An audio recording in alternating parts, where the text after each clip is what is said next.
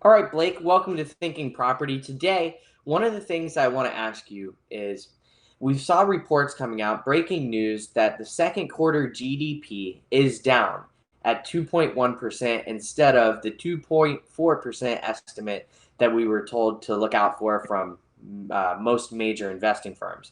So, with that being said, first of all, what is happening to the overall economy, bringing these GDP numbers down? And second of all, is this writing on the wall for a weaker economy yet to come? So yeah, good question. Whenever you see a revision down in the economy, typically it means that the experts were a little bit off with their predictions, which is something that we say on this show all the time, right?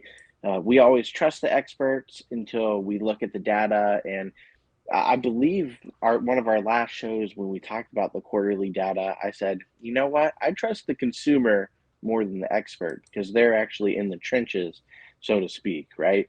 Whereas the experts are sitting behind their pretty desk in their pretty ivory tower somewhere in the financial hub.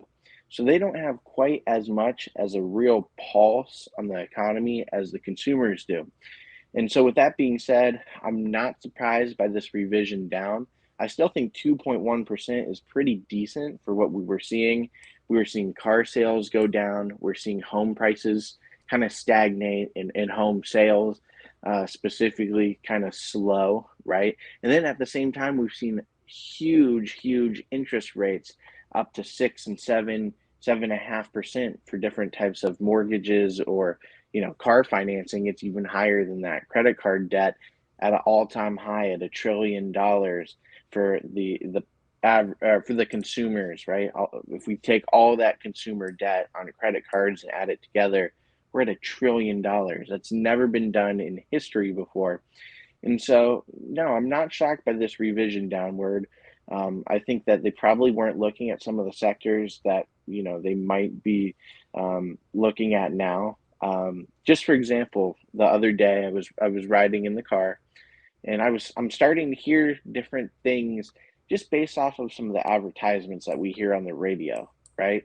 So, when you're driving in a car, usually you get a lot of advertisements from car advertisers, right, that want to be able to sell cars, car dealerships. And Yeah. I've heard multiple times about 1.9% APR and 2.9% APR. That's because some of the financial wings that are associated with these dealers are realizing people aren't buying because of the interest rates. So we got to artificially lower the interest rates through dealing with the financial company associated with our dealer to be able to make consumers come and purchase. So whenever I'm hearing that, it's telling me that the consumer is going to kind of pinch their penny a little bit harder, and they're not going to go out and necessarily spend on things that they don't need right now. Yeah, no, I totally agree with you there. One of the things I think is fascinating is the car market specifically. And I say this because of a real life example that I bring to the table as well. So I went a couple of months ago. I love the Camaro. It's a fantastic car. And I saw that they're getting rid of them for this electric future that we always hear about. And so I went in and I was like absolutely ready to buy one. And before I know it, I made my offer. We went back and forth on price. And then the next thing we do is we finally make it to the finance manager's office. And the finance manager puts the paper in front of me and goes, "Hey, here you go. Here's the GM financing, 8.9% for someone with a high credit score like you." And I sit there and I think, what? What did this guy just say? Did he just say Yeah. 9%? Especially whenever just a couple of years ago we were saying two, three, four. Absolutely. And so, at least I hope I'm not, right? And I looked at him and said, "Come on, there's no way that this can be real. I'm not doing this." And so, anyways, luckily through some different things, we were able to get a lower interest rate. But yeah, you're exactly right. Interest rates, higher interest rates make it more expensive to borrow money. So it basically costs money to spend money that you don't currently have. And Yeah. therefore, it accumulates down the road. Consumers are obviously going to be worried about that. And you're right, that should slow the overall economy. I want to put those numbers up again.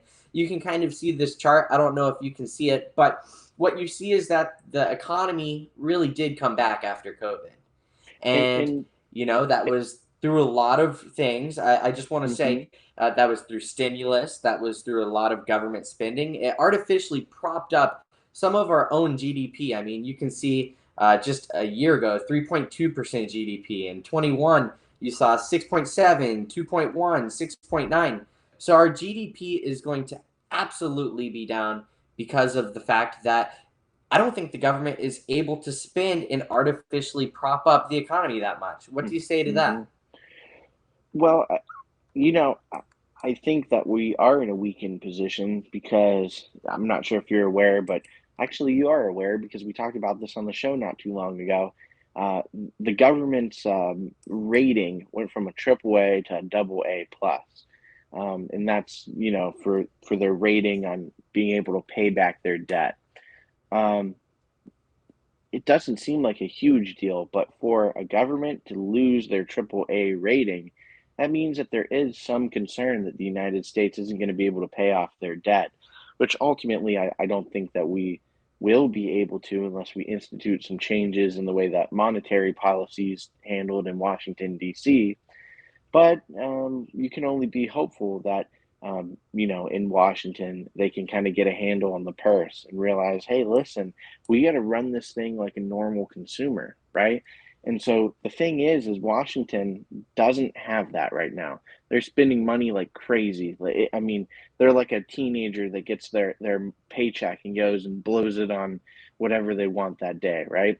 Um, Yeah. and what they need to realize is that, you know, if you're running a business, you can't do that. If you're running a household and you have household expenses, you can't do that. No matter what you do, you still have to have a sane monetary policy to be able to continue to live the lifestyle that you have.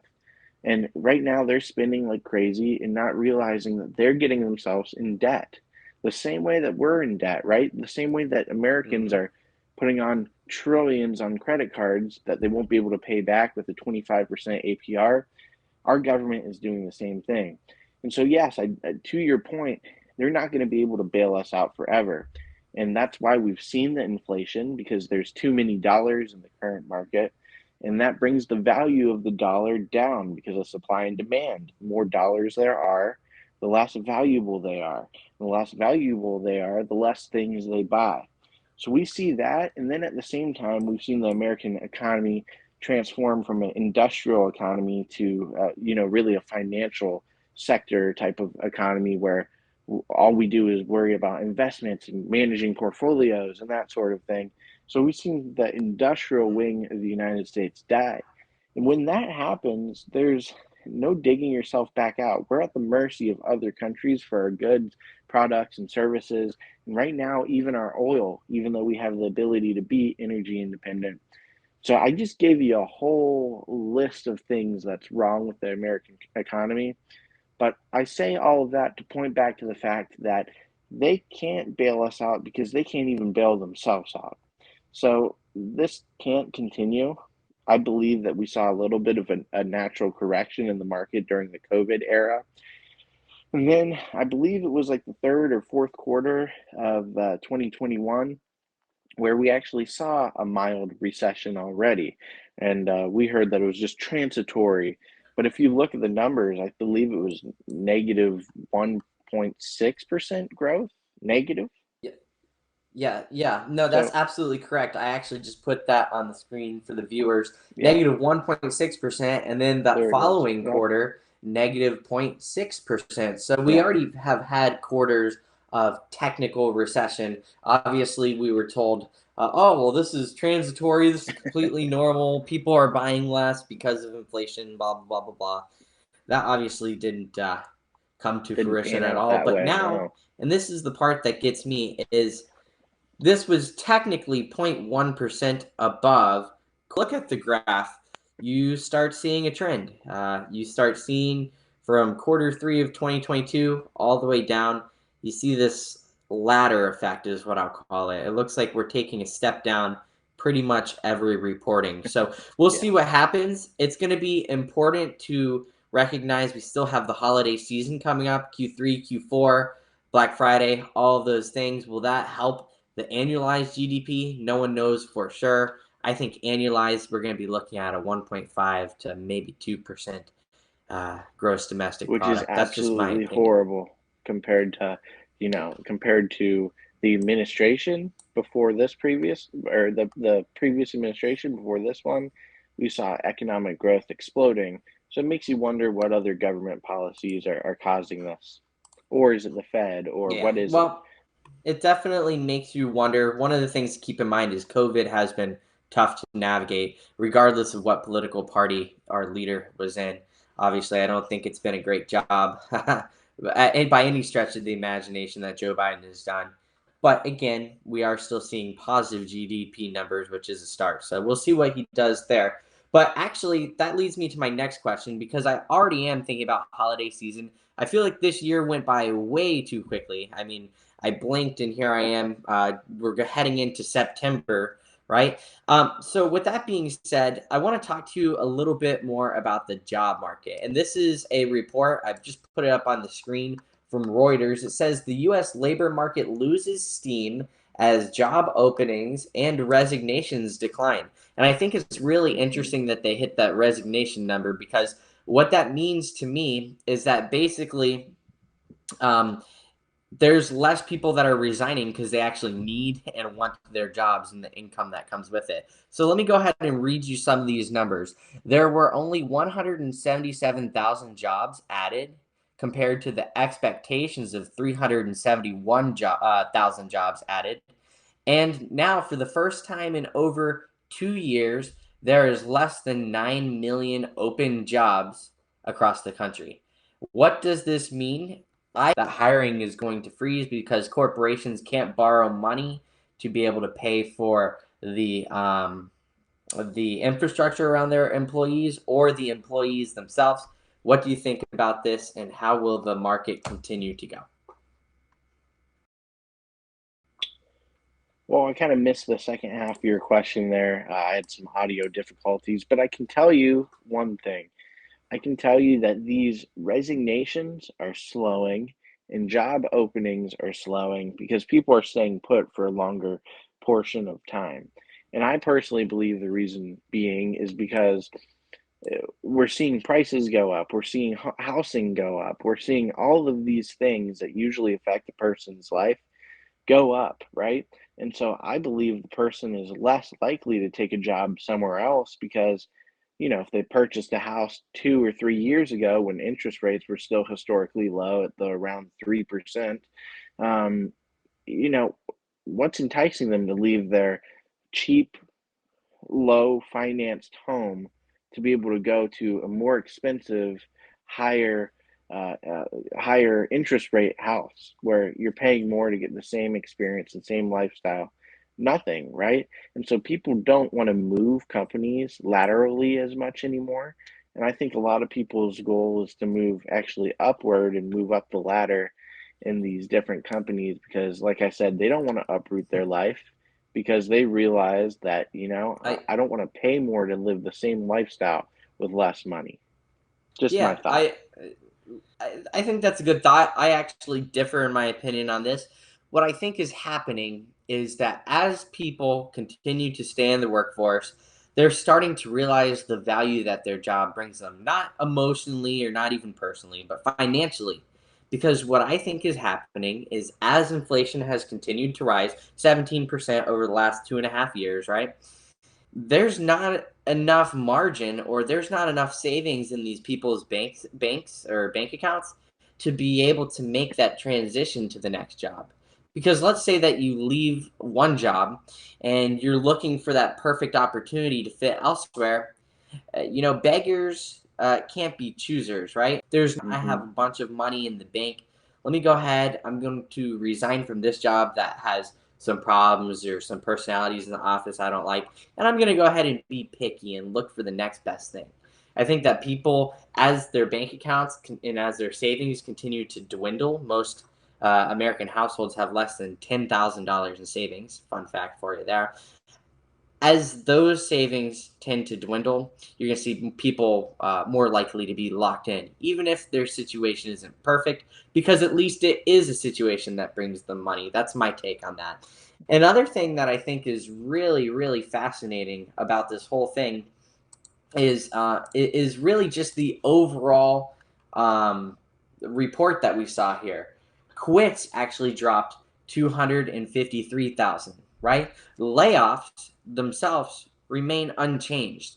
So let me ask you this question: how is it possible that layoffs haven't occurred, but yet there's a hiring freeze? Is it that these companies are finally meeting their criteria for laborers without needing more workers?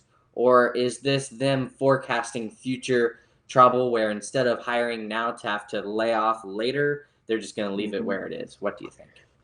What we have seen hiring freezes across specifically social media companies like Meta and X, which is formerly known as Twitter. I feel like that's talking about like Prince, the artist formerly known as Prince, Simple Man, Yeah. right? But Mm-hmm. honestly, I do see some people being able to forecast the slowing of the economy and slowing their hiring practices. Sure, I think that's fair to say. But I think you're missing a part of this, and that's being that there's still 9 million open jobs, and it's the lowest number in 2.5 years. But 9 million open jobs is still historically high. So I believe that like you said, people don't have as much money to make the switch. They don't have the time to be able to onboard while they're not getting paid, and vice versa, or they don't have the means to be able to relocate because housing is too expensive or whatever it might be. Um, but I do think that there's still significant openings in the job market because of the fact that companies are still looking for workers to be able to return from COVID.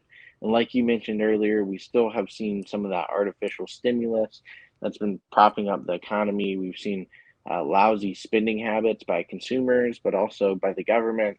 And so I think there's a lot of people who are still avoiding the workforce. That job number is still historically high, but I believe, like you mentioned earlier, people are going to choose the jobs that put them in the best position. So some of those jobs might not put them in the best position. Some of those jobs might not be in their local area, whatever it might be, but there still is a fair amount of job openings. And I believe that's probably why there hasn't been layoffs, because people that are still looking to return back to the workforce can still do that, even if it's not an ideal situation. So that's why we've seen that kind of happen. And then in the meantime, with all the instability, I think people just want stability, right? They want to be able to stay in one place, stay in one job, have a comfortable economic position. So people are staying at their jobs because they want stability, because stability is the last thing that we've seen at least the last 10 years, right? So that's my Yeah, two yeah. cents And on and that. I happen to agree with you there. I think one of the things fueling this is actually the housing shortage that we have across the nation. You and I talked in a previous episode. Construction Hmm. companies, builder companies are doing fantastic because they have to build homes to in high demand areas where there's just no housing for these people who would be able to move for another job or another opportunity. And obviously, you're not going to move somewhere that you can't buy a home, can't afford a home, or even Right. crazier, where homes just don't exist at all. So I do think that you are hitting a very important part of that segment right there. Just to tell you, I got the chart up here on the screen, and it really is fantastic when you look at this. We're still at a high point, from 2020 and onwards. Yes, this is on a trajectory down, and we'll see if this becomes a roller coaster and comes back up, or if this is going to be a mountain peak. We're just going to see it absolutely collapse. But I mean, even if you look back in the 2000s, there was never more than 6 million jobs open all the way until about 26. The labor market is looking stronger than it was from the 2000 to 2016, really. It's going to be interesting to see, will this correct downwards. My opinion is that there's still too much COVID money in the economy. There's still unspent money in the economy. Someone said up to like 950 million unspent dollars in the economy from the COVID package. So again, we're going to have to see what happens there. Let me ask you Oh, this, Blake, hmm. because here's something that I really found fascinating is the job openings are going down. Okay. Real wage growth is going down because of inflation. So even if you do get a raise, you're not really going anywhere. It's like spinning the wheels, right? Sounds Right. cool, it looks cool, but you get nowhere. But with layoffs unchanged and the unemployment rate staying around 3.1%, we have historically low unemployment. How is that possible? A lot of people that have still stayed home and realized like, hey, you know what? I'm going to drop out of the workforce. My wife and I were an example, right? My wife and I had a baby, and she decided she wanted to stay at home and take her FMLA. And then after staying home, she realized, hold on a second here. I don't want to go back to work. I want to be able to take care of and support my child. So I think we've seen a lot of those different lifestyle changes because, well, to be honest with you, I know we've harped on this a lot, but when COVID came through, it changed the way that people worked. It changed the way that people reacted to each other and socialized. And quite honestly, I believe that it harmed the fabric of society, which is being able to interact with one another. And I feel like it made a lot of people different individualists because they realized, like, why am I involved with this rat race? I don't want to be doing this. I want to be able to go out and have a farm and have some animals, or I want to have my own boutique business. Even if I don't make as much money, I want to be able to have, the flexibility of schedule or whatever it might be, right? Or there's a lot of people that had high risk jobs that left Hmm. those high risk jobs and wanted something more stable, even though there might be um, not as much economic growth, right? So that's why I think the economy is slowed, but we still see a pretty tight job market. I think a lot of people have left the job market that haven't been accounted for yet. That's just my feeling. But right now, we're really just looking at a stagnant economy. It doesn't look like it's going to dangerously drop overnight, but it looks like it's on a slow decline until we reach absolute stagnation, or Lord forbid, do I say the word recession. So that's where we are Yep, with it. yep. I agree with you. I think there's two places you can look to see future job losses, and I believe that's going to be tourism is number one. When Hmm. people have less money, they're going to be less likely to spend to travel. Yeah. They're going to start paying less for experiences, would be my guess. Right now, the indication is strong that that probably will dip sometime here in Q4. And I also believe, or maybe a little bit right after the holiday season, right? Hmm. Everyone has to go out for Totally. Thanksgiving or Christmas, even if they're broke. And then I Right. think the other thing that you're going to see a huge amount of losses in is actually going to be sales. I think there's just going to be less real estate agents looking for commissions. There's going to be less people who are at companies trying to make sales because again, when there's less jobs in the market and therefore less money in the market because that's the Fed's job and their goal is to take some of the money out to lower inflation, there's going to be less money to spare for the sales of boats, for the sales of jet skis, for the sales of non essential items. So I think you're going to see And that happen mhm. sometime in between Q3 and 4. And I think that that's a really scary time that we're going to be in where we're going to see that unemployment number balloon and we're going to see a lot of the GDP dip as we've talked about in this episode. And for what it's worth, really quick before we go, Jonathan, I just think that it's interesting to be able to Hmm. see these consumer actions changing because of the fact that we've seen historically great times where interest rates were low, jobs were open, Americans could take risks and become entrepreneurs, and we've saw a lot of that side of it, a lot of the good side of a white hot glowing economy, right? Hmm. At the same point in time, when that economy cools, it definitely changes people's lifestyles. They can't buy the car that they want, they can't buy the home that they want, and a lot of them have to give up some of their entrepreneurial dreams to be able to go and head towards safety in the job market other than the risk and reward of being an entrepreneur. And so, I think in some ways we've been so lucky to have it so good for so long. I mean, 2008 was horrible, but we were really rebounded by 2011 or 12. We saw mortgage rates go low, home values go high. We saw wages grow. We saw low inflation. We saw all of those at the same time, and so historically, there hasn't really been economies grow like that. We've rode a really good Hmm. wave, and so now we're just waiting, and I'm waiting to see when this wave slows down or stops, and we make it back to the shore. Where do we land, right? Do we land softly or do Yeah, we yeah. land hardly? Yeah, I'm with you there. It's going to be interesting to see where exactly we land. Blake, thank you so much for this episode of Thinking Property. Also, for you followers out there, don't forget to subscribe and ring that bell. Thanks again, Blake. Thank you.